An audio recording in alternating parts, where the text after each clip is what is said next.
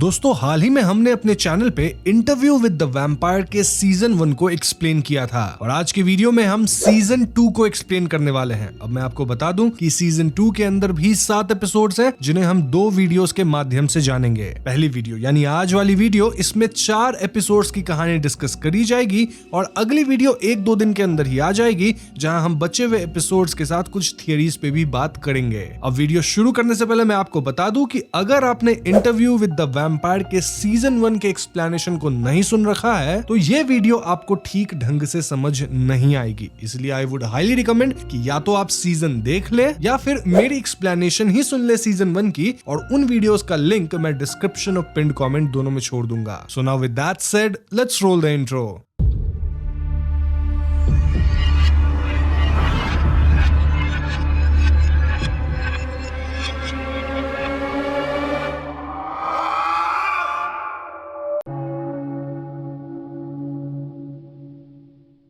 तो सीजन 2 के शुरुआत में हम ड्यूलैक और क्लॉडिया को रोमानिया शहर में घूमते हुए देखते हैं। ये टाइम 1920s का था जब फर्स्ट वर्ल्ड वॉर एंड हुआ था और सभी लोग अपने अपने तरीके से इस युद्ध के मुश्किल घड़ी से बाहर निकलने की कोशिश कर रहे थे। ड्यूलैक और क्लॉडिया का जीवन अब काफी दुख दर्द भरा था, जहां वो बंकर्स में सोते और हर रोज पैदल ही आगे बढ़ते रहते। यहाँ क्लॉडिया अपने जैसे वैम्पायर्स को ढूंढना चाहती थी और उसे यकीन था कि यूरोप में तो उन्हें अपने जैसे और क्रीचर्स मिल ही जाएंगे। ड्यूलैक और क्लॉडिया आपस में अब कम बातचीत वगैरह करते थे। इनफैक्ट क्लॉडिया ड्यूलैक से काफी कोल्डली बिहेव करती थी क्योंकि वो नाराज थी कि एक तो ड्यूलैक ने लेस्टैट को पूरी तरह खत्म नहीं करा और वो अब भी उसे अपने दिल में रखे हुए है जिससे वो मूव ऑन नहीं कर पा रहा था। दोनों रात भर चलते रहते और किसी चेक पोस्ट पर पकड़े जाने पे अपनी नकली आईडी वगैरह दिखाते, लेकिन जब सोल्जर्स उन पे शक करने लगते तब दोनों उन सोल्जर्स का शिकार करके आगे बढ़ते। इस जर्नी के दौरान क्लॉडिया ने अलग अलग भाषा भी सीख ली थी जिससे उन्हें लोकल्स के साथ कम्युनिकेशन करने में इजी होता। दोनों काफी मुश्किलों से गुजर रहे थे और ड्यूलैक को ज्यादा आशा तो नहीं थी कि वो अपने मकसद में कामयाब हो पाएंगे, लेकिन क्लॉडिया हार मानने वालों में से नहीं थी और ड्यूलैक भी उसका पूरा साथ दे रहा था। ड्यूलैक यहाँ ये भी जिक्र करता है कि वो अब घर लौटना चाहता है, लेकिन ही रियलाइजेस कि उसका घर तो लेस्टैट के मरते ही खत्म हो गया था। अब दोस्तों ड्यूलैक तो इतने गिल्ट में था कि उसे कभी कभी लेस्टैट दिखने भी लग जाता था। एक एनकाउंटर में लेस्टैट उससे बातें भी करता और वो कहता है कि मैं तुम तक जरूर पहुंचूंगा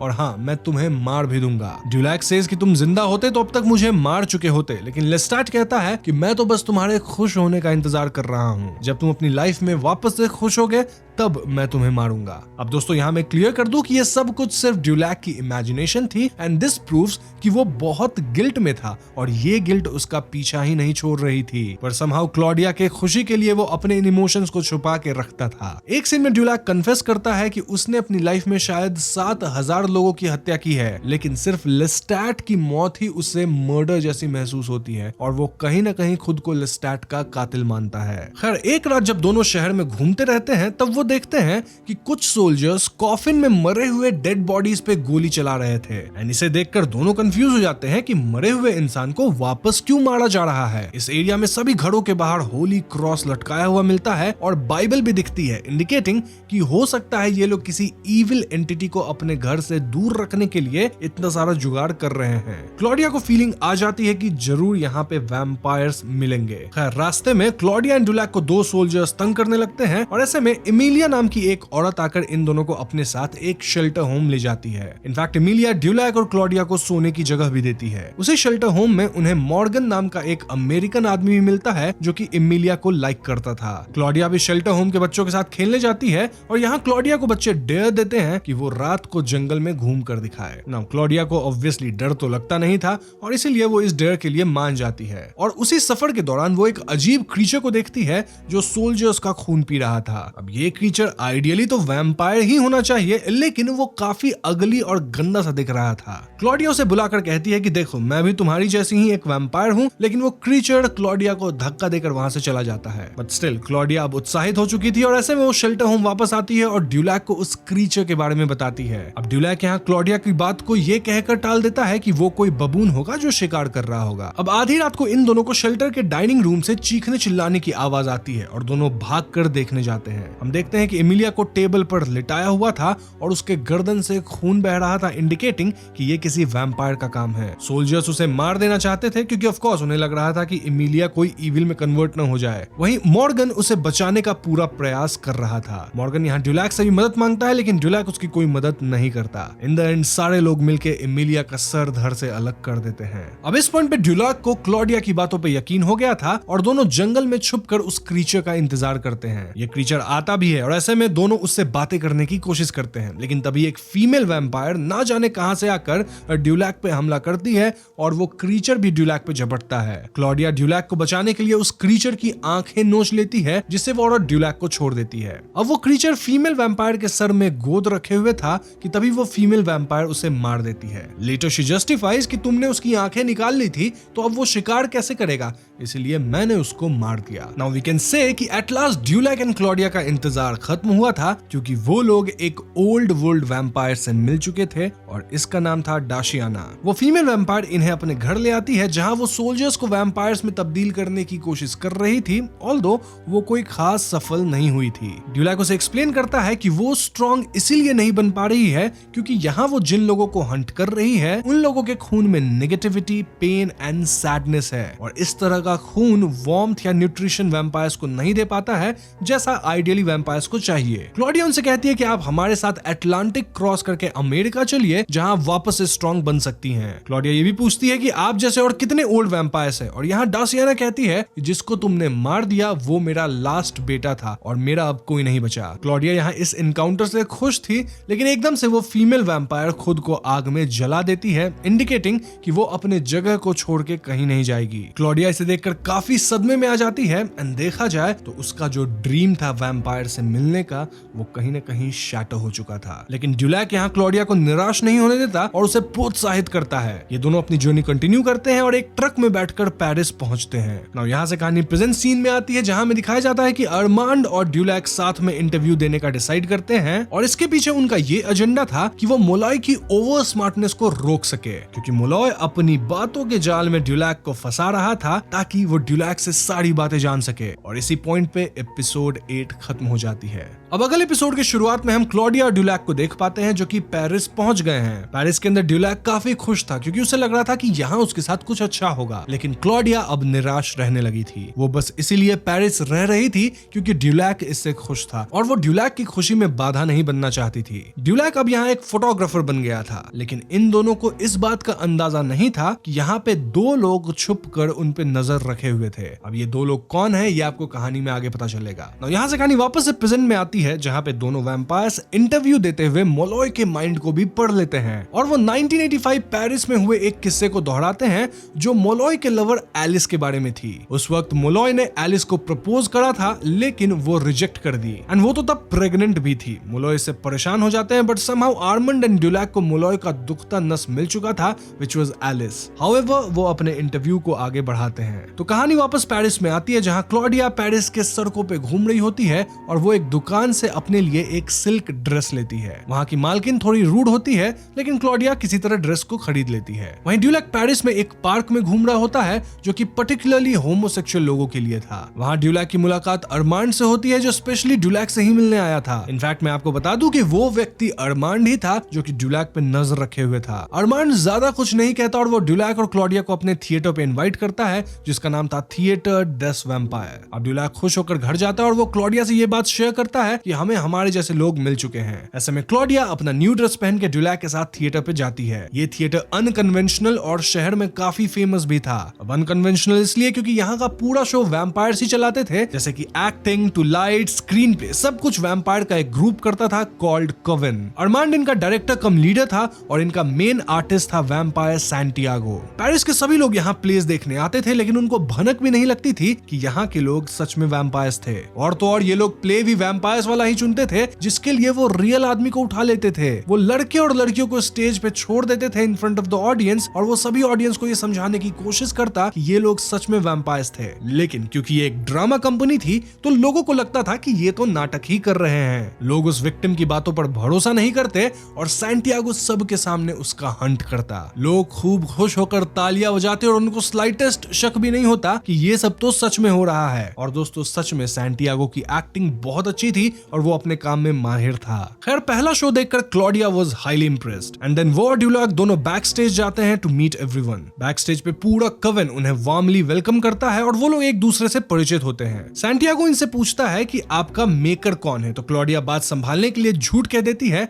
कि हमारे मेकर का नाम ब्रूस है और वो कोपेनहेगन से था। हम तो उसे शिकागो में मिले थे और हम उसके बारे में ज्यादा बात नहीं करते एज उसने खुद को आग में जलाकर मार लिया था। अब हम सब जानते हैं कि ये बिल्कुल झूठ बात है क्योंकि इन दोनों का मेकर लेस्टैट था जिसको इन्होंने ही मारा है। खैर तभी अचानक क्लॉडिया दीवार पे टंगी एक पोर्ट्रेट को देखती है और पूछती है कि ये आदमी कौन है। अरमांड उसे बताता है कि ये हमारे थिएटर के को फाउंडर की तस्वीर है जिनका नाम है लेस्टैट डी लायन काउंट। जी हाँ दोस्तों, ये थिएटर पहले लेस्टैट ही चलाता था और दोनों ये देखकर हक्के बक्के रह जाते हैं। यहाँ से कहानी प्रेजेंट में आती है जहाँ मोलॉय ड्यूलैक से पूछता है कि तुम्हें पता नहीं था कि ये होने वाला है, और इसका मतलब यह है कि अरमांड लेस्टैट को तुमसे भी पहले जानता था। इस पे अरमांड अग्री करता है और वो एक्सेप्ट करता है कि वो बहुत टाइम पहले से लेस्टैट के साथ रोमांटिकली इन्वॉल्व भी था, लेकिन अरमांड के हिसाब से वो कोई सीरियस बात नहीं थी और इस पॉइंट पे कहानी में लिटरली कुछ भी हो रहा है। खैर कहानी वापस क्लॉडिया और ड्यूलैक पे आती है जहाँ वो दोनों घर वापस आकर अपने एक्सपीरियंस के बारे में बात करते हैं, जहां क्लॉडिया इंश्योर्स कि हमें चुप रहना है और किसी को हम पे शक नहीं होना चाहिए। क्लॉडिया यहाँ इस इंसिडेंट के बाद वहां प्रेजेंट सभी लोगों के माइंड को भी रीड की थी और किसी को इन पे शक तो नहीं हुआ था। वहीं ड्यूलैक की बात की जाए तो वो तो अब चाहता भी नहीं था कि वो कोवेन में किसी से भी मिले, क्योंकि of course this was dangerous. अगर उन्हें पता चल जाता कि लेस्टैट को ड्यूलैक मारा है तो वो लोग कुछ भी कर सकते थे। पर दोस्तों क्लॉडिया को अब मजा आने लगा था और वो अब रोज थिएटर में प्ले देखने जाना चाहती थी एंड क्लॉडिया तो किसी और की सुनेगी नहीं, तो ऑफ कोर्स इन्हें थिएटर जाना ही पड़ रहा था। आगे ड्यूलैक को लेस्टैट का रखा हुआ एक खत भी मिलता है जो काफी इमोशनल था और इस सीन को मैं ज्यादा डिस्कस नहीं करना चाहता as it was more of a drama. खैर आगे एक रात कोवेन ड्यूलैक और क्लॉडिया को हंट के लिए इनवाइट करता है जहां सारे लोग मिलकर बाइक में बैठ के हंट करने निकलते हैं। वो लोग एक मैंशन में घुस के तबाही मचा देते हैं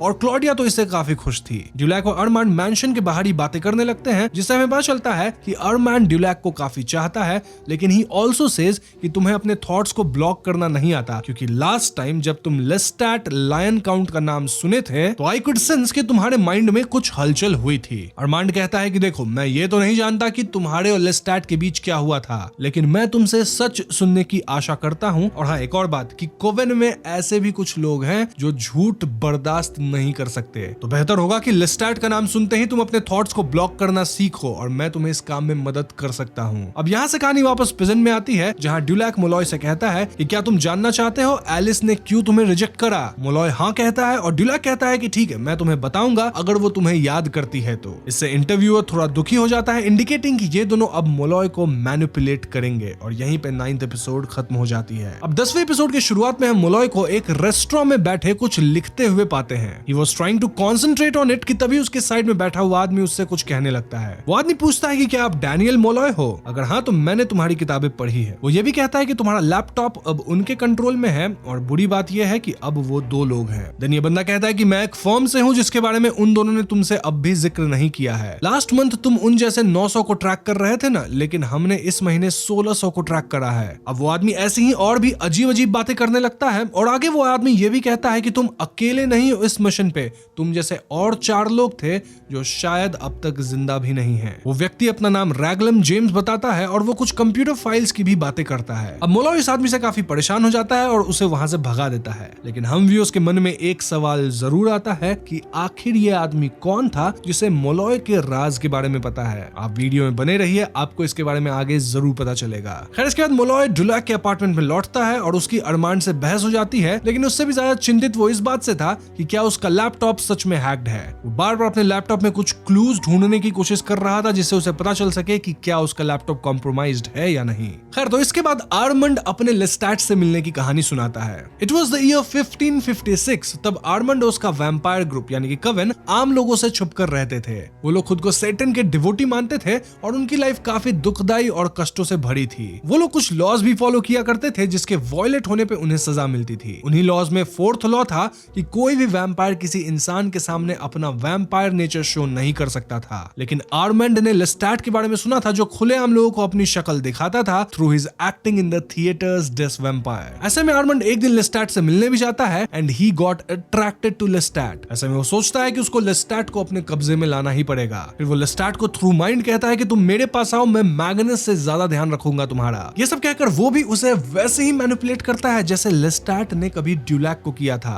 बट लेस्टैट इतना ओबीडिएंट तो था नहीं ना, सो ही रिजेक्ट्स। कुछ दिन तक अरमांड लेस्टैट का पीछा करता है एंड डिस्कवर्स कि लेस्टैट निकी नाम के इंसान से प्यार करता था। लेस्टैट के बेपरवाह जीवन से अरमांड के ग्रुप वाले वैम्पायर्स भी काफी इंप्रेस थे क्योंकि लेस्टैट की लाइफ काफी शानदार थी। तो एक शाम अरमांड लेस्टैट से मिलता है और उससे फाइट करके निकी को अपने डेरे में ले जाता है। अरमांड बहुत पावरफुल वैम्पायर था and he had more powers than Lestat. Lestat Nicki को वापस लाने के लिए अरमांड के डेरे में जाता है और वो कवन के मेंबर्स से कहता है कि गॉड एंड सेटन दोनों ही इंसान के अंदर होता है, तो उन्हें अपनी लाइफ बर्बाद करने की जरूरत नहीं है इन सुपरफिशियल रूल्स को मेंटेन करने के चक्कर में। They can live freely and the way they want to, just like Lestat. ये सुनकर अरमांड के कवन के सारे लोग लेस्टैट की बात मानते हैं और पूरे शहर में हैवॉक मचा देते हैं। ऑफ कोर्स इससे काफी सारा डैमेज होता है, इनफैक्ट कई वैम्पायर्स की तो जान भी चली जाती है। तो अब लेस्टैट अरमांड के पास आता है ताकि वो और भी नॉलेज गेन कर सके, जैसे हवा से आग बनाना, देन टाइम को बेंड करना एंड और भी बहुत कुछ। लेस्टैट अब अरमांड के साथ ही हैंग आउट करने लगा था और उसने अपने लवर निकी को भी डिच कर दिया था।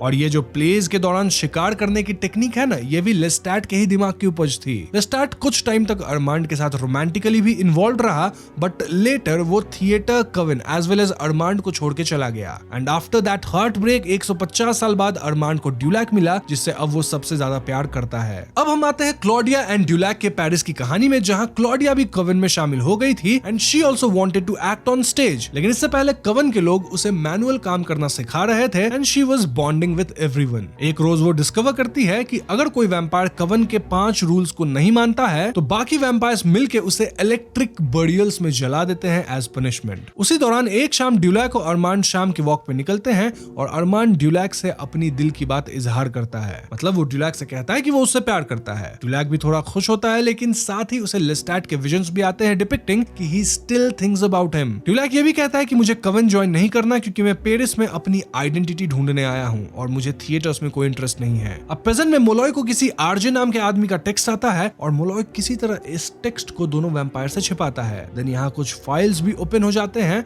एंड ये सब क्या हो रहा है ये तो हमारे लिए भी सीक्रेट ही था जो कि आगे खुलेगा। खैर यहाँ से कहानी फिर से पास्ट में जाती है, जहां हम ड्यूलैक और अरमांड को एक बार के अंदर बहस करते पाते हैं। ये बहस थी about evil and how to measure it, और इसी कॉन्वर्सेशन के दौरान ड्यूलैक अरमांड से अपना पास्ट शेयर करता है, यानी कि वो सब बताता है कि कैसे वो लेस्टैट के साथ रिलेशनशिप में था और कैसे उसने लेस्टैट को मार दिया। अरमांड कहता है कि मुझे तो पहले दिन से ही सब पता था और मैं तो सिर्फ तुम्हारे कन्फेशन का वेट कर रहा था। ये सीन काफी टेंस्ड हो जाता है और ड्यूलैक वहां से उठ के घर जाने लगता है और रास्ते में ही अगेन इनकाउंटर्स लेस्टैट। आई मीन ड्यूलैक अब बहुत ज्यादा हेलुसिनेट करने लग गया था और वो लेस्टैट समझ के किसी और आदमी को पार्क में मार डालता है। अब उस रात ड्यूलैक और क्लॉडिया भी लेस्टैट के बारे में बात करते हैं एंड देन क्लॉडिया ये भी बताती है कि नेक्स्ट वीक वो कवन ज्वाइन कर रही है एंड देन ड्यूलैक को वहां प्रेजेंट रहने कहती है। ड्यूलैक भी प्रॉमिस करता है कि हाँ मैं प्रेजेंट रहूंगा, जिसके बाद दोनों सोने जाते हैं। नाउ प्रेजेंट टाइम में मोलॉय के पास एक न्यूज आर्टिकल आता है related to a fire in theatre des vampires and he reads it. लेकिन ये आग कैसे लगी थी ये तो हमें कहानी में आगे ही पता चलेगा। Now back to Dulac and Claudia story, जहां सैंटियागो अरमांड से कहता है कि पुलिस को एक म्यूटिलेटेड बॉडी मिली थी पार्क में एंड ऑफ कोर्स हम जानते हैं कि ये काम ड्यूलैक का था and it is against the rules, क्योंकि इससे सारे वैम्पायर्स खतरे में आ सकते हैं। तो हाँ अब ड्यूलैक को सजा तो मिलनी चाहिए ना। इस पे अरमांड कहता है कि चलो पहले परफॉर्मेंस खत्म किया जाए और सेरेमनी के बाद मैं वही करूंगा जो मुझे करना चाहिए एज अ लीडर। ये सब थ्रू माइंड चल रहा था बिटवीन सैंटियागो एंड अरमांड। तो परफॉर्मेंस के बाद क्लॉडिया को कवन में शामिल कर लिया जाता है, जहां हम वैम्पायर के 5 लॉज को सुनते हैं। यहाँ अरमांड ड्यूलैक को लेकर ग्राउंड टनल्स होते हुए चलते रहता है और अरमांड ड्यूलैक को कन्फ्रंट करता है एंड ही सेज कि तुमने एक बॉडी पार्क में छोड़ दिया था एंड तुमने सबके सामने हमें एक्सपोज कर दिया है। तुम्हारा ये केयरलेसनेस हमारे लिए खतरा हो सकता है और तुम्हें पता है 5th रूल क्या है? वो ये कि कोई भी वैम्पायर कवन मास्टर के अनुमति के बिना किसी और वैम्पायर को नहीं मार सकता। देखा जाए तो इस रूल को ड्यूलैक एंड क्लॉडिया दोनों ने ब्रेक करा था। अब ड्यूलैक रोते हुए अरमांड से कहता है कि ठीक है अगर तुम मुझे मारना चाहते हो तो मार दो, लेकिन तुम क्लॉडिया का ख्याल रखना। But to a surprise Armand उसकी सारी गलतियों को माफ कर देता है क्योंकि वो तो ड्यूलैक से बहुत प्यार करता था। मैं आपको बता दूं कि ये भी एक रूल था कि कवन लीडर अपनी मर्जी से डिसीजन ले सकता है, तो हाँ, अरमांड ये डिसीजन ले सकता था। सो वी कैन से कि ड्यूलैक बच गया और उस रात दोनों इंटीमेट भी होते हैं। On the other hand, Claudia को एक ड्रेस गिफ्ट किया जाता है to play the role of little bird in their new drama. Claudia काफी खुश थी क्योंकि वो कवन ज्वाइन कर रही थी, लेकिन उसे बुरा भी लग रहा था कि उसको एक बच्ची का रोल दिया गया है। और ये एपिसोड यहीं पे खत्म हो जाती है। नाउ 11th एपिसोड, जो कि इस वीडियो की फाइनल एपिसोड है, और यहाँ हम शुरुआत में क्लॉडिया को अपना पहला परफॉर्मेंस देते हुए देखते हैं, जो कि काफी हिट हो जाती है। मतलब क्लॉडिया काफी अच्छी एक्टिंग करी थी और सब लोगों को उसकी परफॉर्मेंस काफी पसंद आई। इस प्ले में उसका कैरेक्टर बेबी लू का था, जिसे पूरा पेरिस पसंद करता है। तो इसके बाद क्लॉडिया बार बार ये परफॉर्मेंस करने लगती है, और ऑल्दो वो काफी अच्छा परफॉर्म कर रही थी, लेकिन कहीं ना कहीं वो सेम परफॉर्मेंस देके अब बोर होने लग गई थी। ऐसे में एक दिन अरमांड उसे डायरेक्टली क्वेश्चन करता है कि तुम्हारी प्रॉब्लम क्या है, क्योंकि आज तुम्हारी एक्टिंग उतनी अच्छी नहीं थी। इस पर क्लॉडिया कहती है कि मैं एक फियर्स वैम्पायर हूं जो एक बच्चे की बॉडी में ट्रैप्ड है, और मैं यहाँ बच्चों वाली एक्टिंग कर रही हूँ, स्माइल करना, खुश रहना, गाना गाना, और ये सब अब मुझसे नहीं हो रहा, इसलिए इससे बेहतर होगा कि आप मुझे बैक स्टेज का काम दे दो। इसके रिप्लाई में अरमांड गुस्सा हो जाता है और पनिशमेंट के तौर पे ये ऑर्डर किया जाता है कि तुम अब ऑफ स्टेज भी बेबी लू का कॉस्ट्यूम नहीं चेंज करोगी। मतलब जब तक क्लॉडिया के अंदर अपने एक्टिंग का पैशन वापस नहीं आ जाता, तब तक वो उसी कॉस्ट्यूम में रहेगी। अब सैंटियागो को इससे आपत्ति थी और वो अरमांड से पूछता है कि तुम सिर्फ क्लॉडिया को ही सजा क्यों देते हो? मतलब गलतियां तो ड्यूलैक भी करता है, लेकिन सजा सिर्फ इस बच्ची को ही क्यों दिया जाता है? यहाँ हम समझ पाते हैं कि अरमांड के कवन के जो मोस्ट ऑफ द वैम्पायर्स थे, उन्हें ड्यूलैक के कवन में ज्वाइन करने से दिक्कत थी। इनफैक्ट वो लोग जेलस थे कि अरमांड कैसे ऐसे आदमी को, मतलब ड्यूलैक जैसे आदमी को, इतना सर पे चढ़ा के रखा है। अरमांड यहाँ कुछ तो रिप्लाई देने लग जाता है कि ड्यूलैक प्रॉपर प्रिकॉशन लेता है, लेकिन सैंटियागो फाइनली मेन क्वेश्चन पूछ ही लेता है, एंड व्हिच वाज कि क्या तुम दोनों पार्टनर्स हो? और इसके जवाब में अरमांड यस कहता है और ड्यूलैक उसी समय नो कहता है। फिर हम अगले सीन में ये समझ पाते हैं कि ड्यूलैक अरमांड से प्यार तो करता है, लेकिन कहीं ना कहीं वो लेस्टैट की मेमोरीज की वजह से रिलेशनशिप को फुल फ्लेजेडली एक्सेप्ट नहीं कर रहा था। स्टिल अरमांड उसके साथ रहने का वादा करता है, showing how much he loves Dulac. अब प्रेजेंट में मोलॉय इन दोनों वैम्पायर से थिएटर में लगी आग के बारे में पूछता है। इस पे अरमांड क्रॉस क्वेश्चन करता है कि तुम्हें कैसे पता कि थिएटर में आग लगी थी, क्योंकि आर्काइव में तो ये जानकारी थी नहीं। इस पे मोलॉय झूठ बोल देता है कि मेरे एक सहकारी ने मुझे ऐसी इन्फॉर्मेशन दी थी। तभी मोलॉय कुछ कंफ्यूज सा हो जाता है और हम गेस कर पाते हैं कि अरमांड उसके मेमोरीज में घुसकर उसके पास्ट को देख पा रहा था। लेकिन सून इंटरव्यू शुरू हो जाती है। तो अगेन पास्ट में हम क्लॉडिया को फर्नेस रूम में अपने डायरी में कुछ लिखते हुए देखते हैं, जो कि उसकी हॉबी थी, लेकिन ऐसा करते हुए सैंटियागो उसे पकड़ लेता है। वो बताता है कि वैम्पायर्स का थर्ड रूल है कि कोई भी वैम्पायर उनके हिस्ट्री के बारे में कुछ नहीं लिखेगा। इस पे क्लॉडिया कहती है कि ये तो बस उसकी हॉबी है, लेकिन सैंटियागो बताता है कि अरमांड रूल्स का बहुत पक्का है और उसने एक बार एक वैम्पायर को जला दिया था जस्ट बिकॉज उसने उसकी मर्जी के बिना किसी मॉर्टल को वैम्पायर बनाया था। ये सुनते क्लॉडिया अपने डायरी को फेंक देती है और सैंटियागो कहता है कि कोई बात नहीं, ये हमारे बीच का सीक्रेट रहेगा। खैर, तो आगे क्लॉडिया सड़कों पे घूम घूम कर थिएटर के एडवर्टाइजमेंट को बांटती थी और वो उस लेडी से भी मिलती है जिससे उसने एक सिल्क ड्रेस खरीदी थी। उसे अपना प्ले देखने इनवाइट भी करती है और उसी रात पूरा कवन एंड ड्यूलैक मिलकर डिनर करने जाते हैं। तो वहां सैंटियागो ड्यूलैक से बहस करते हुए ये पता लगा लेता है कि वो शिकागो से नहीं बल्कि न्यू ऑर्लिन्स से है। ड्यूलैक बहुत गुस्सा हो जाता है एंड ऑलमोस्ट दोनों में हाथापाई हो जाती है। इस पॉइंट पे हम समझ पाते हैं कि सैंटियागो और ड्यूलैक की अब बिल्कुल भी नहीं बन रही। नाउ वी टॉक अबाउट ड्यूलैक, वो अपना करियर फोटोग्राफी में बनाना चाहता था, लेकिन उसे पब्लिशिंग हाउस एक्सेप्ट नहीं करते हैं। मोलॉय भी उसके पिक्चर्स को देखता है, लेकिन टू ड्यूलैक सरप्राइज उसके खींची हुई फोटोज की जगह कई और फेमस आर्टिस्ट के फोटोग्राफ्स थे। अब मोलॉय कुछ सोचता है, इससे पहले अरमांड उसके मेमोरीज में घुस जाता है और हम एक लड़की की झलकियां देख पाते हैं who was wrapped in plastic and probably she was dead। शायद ये इंडिकेशन था कि मोलॉय के पास्ट में भी कुछ खतरनाक तो जरूर हुआ था। खैर, अब अरमांड एंड ड्यूलैक पेरिस के एक म्यूजियम में जाते हैं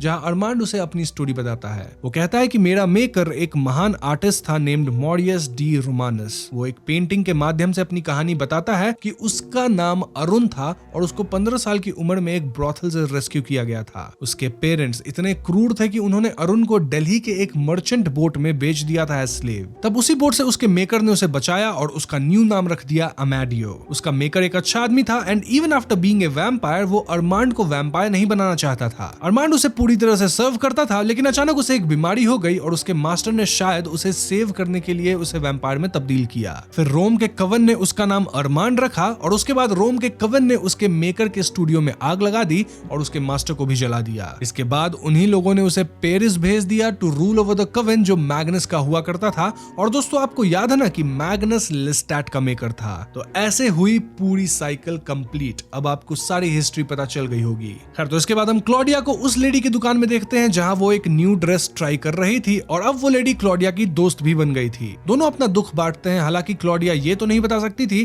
कि she is a vampire. Although ये दोनों एक दूसरे से बात करके एक दूसरे के लिए सिंपैथाइज जरूर करते हैं। तभी अरमांड आकर क्लॉडिया को वहां से ले जाता है और वो क्लॉडिया को डांटता है एंड कहता है कि तुम दोस्ती वगैरह मत रखो उससे। लेकिन क्लॉडिया गुस्से में कहती है कि तुम्हें भी पता है कविन के लोग अच्छे दोस्त नहीं हो सकते, तभी तुम खुद भी ड्यूलैक के पास जाते हो, लेकिन तुम हमें बहुत डिफरेंटली ट्रीट करते हो। इस पर अरमांड कहता है कि तुमने अपने मेकर के साथ जो किया था उससे तो बेटर ही मैं तुम्हें ट्रीट करता हूँ। ये सुन के क्लॉडिया शॉक्ड हो जाती है, क्योंकि देखा जाए तो अरमांड को सब पता था और सैंटियागो भी ये सब छुप कर देख रहा होता है, जिसे अरमांड पकड़ लेता है एंड पब्लिकली थ्रेटन करता है। अब घर आकर क्लॉडिया ड्यूलैक से झगड़ती है, सेइंग कि तुम्ही ने उसे सब कुछ बताया होगा और तुम बार बार मुझसे ऊपर दूसरे लोगों को प्रायोरिटी देते हो। इस झगड़े के बाद ड्यूलैक वॉक करने बाहर निकल जाता है और अपने साथ वो लेस्टैट की भी यादों को ले जाता है। वो तो हमेशा लेस्टैट को साथ ही देखता था ना, तो वो डिसाइड करता है कि आज इस रात के बाद वो लेस्टैट की यादों से मूव ऑन करेगा और अपना लाइफ अरमांड के साथ ही बिताएगा। उसने पार्क में अरमांड को भी बुलाया था और उससे कविन के बारे में बात करता है और हमें पता चलता है कि सैंटियागो अरमांड से जेलस था